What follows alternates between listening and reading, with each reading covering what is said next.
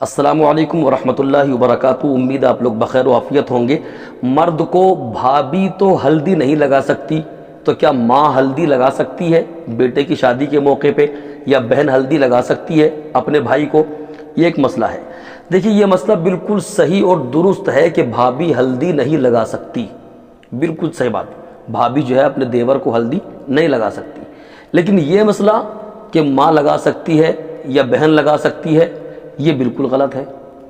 سمجھ رہے ہیں آپ؟ بھابھی ہلدی نہیں لگا سکتی، بالکل درست۔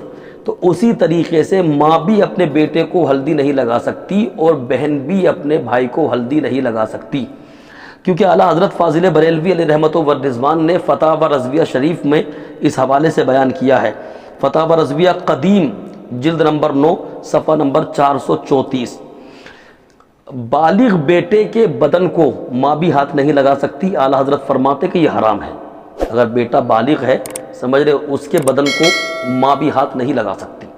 اور بھائی بالغ ہے تو بالغ بھائی کے بدن کو بہن بھی ہاتھ نہیں لگا سکتی، کہ یہ ناجائز و حرام ہے۔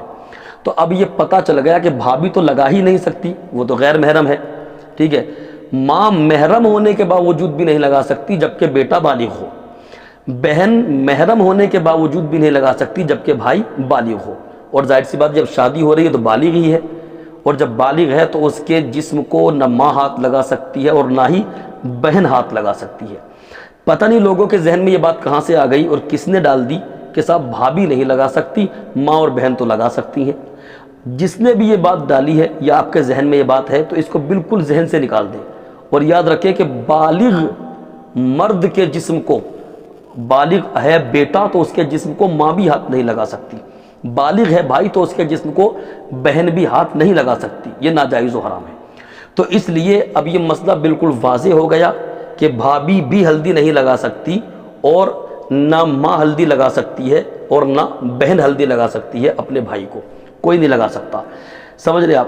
اور اچھا، یہ میری بات سمجھ میں نہیں آتی کہ یہ ہلدی لگانے سے ہوتا کیا ہے؟ پتہ نہیں لوگوں کے اندر یہ کہاں سے آ گیا کہ صاحب شادی سے 2 دن پہلے بٹھا کر کے اور اس کو رگڑا جاتا ہے۔ اچھا، اس میں ایک بےہودگی اور دیکھیے کہ اس کو برہنہ کر کے وہ خالی انڈر ویئر میں بیٹھا ہوا ہوتا ہے نا، اور اس کے علاوہ کچھ پہنے ہوئے نہیں ہوتا ہے، اور اس کی رانوں پہ بھی رگڑی جا رہی ہے، پڈلیوں پہ بھی رگڑی جا رہی ہے، سینے پہ بھی، پیٹھ پہ بھی۔ کیا ہے یہ کیا ہے؟ یہ سراسر حرام کاری ہو رہی ہے۔ تو لہٰذا آپ سنت مصطفیٰ ادا کرنے جا رہے ہیں یار، آپ مصطفیٰ جان رحمت کی سنت ادا کرنے جا رہے ہیں۔ شادی، نبی فرماتے النکاح من سنتی، نکاح میری سنت ہے۔ آپ سنت کو ادا کرنے کے لیے جا رہے ہیں حرام کاری کر کے، یعنی نبی کی سنت ادا کر رہے ہیں، اس سے پہلے حرام کاری ہو رہی ہے۔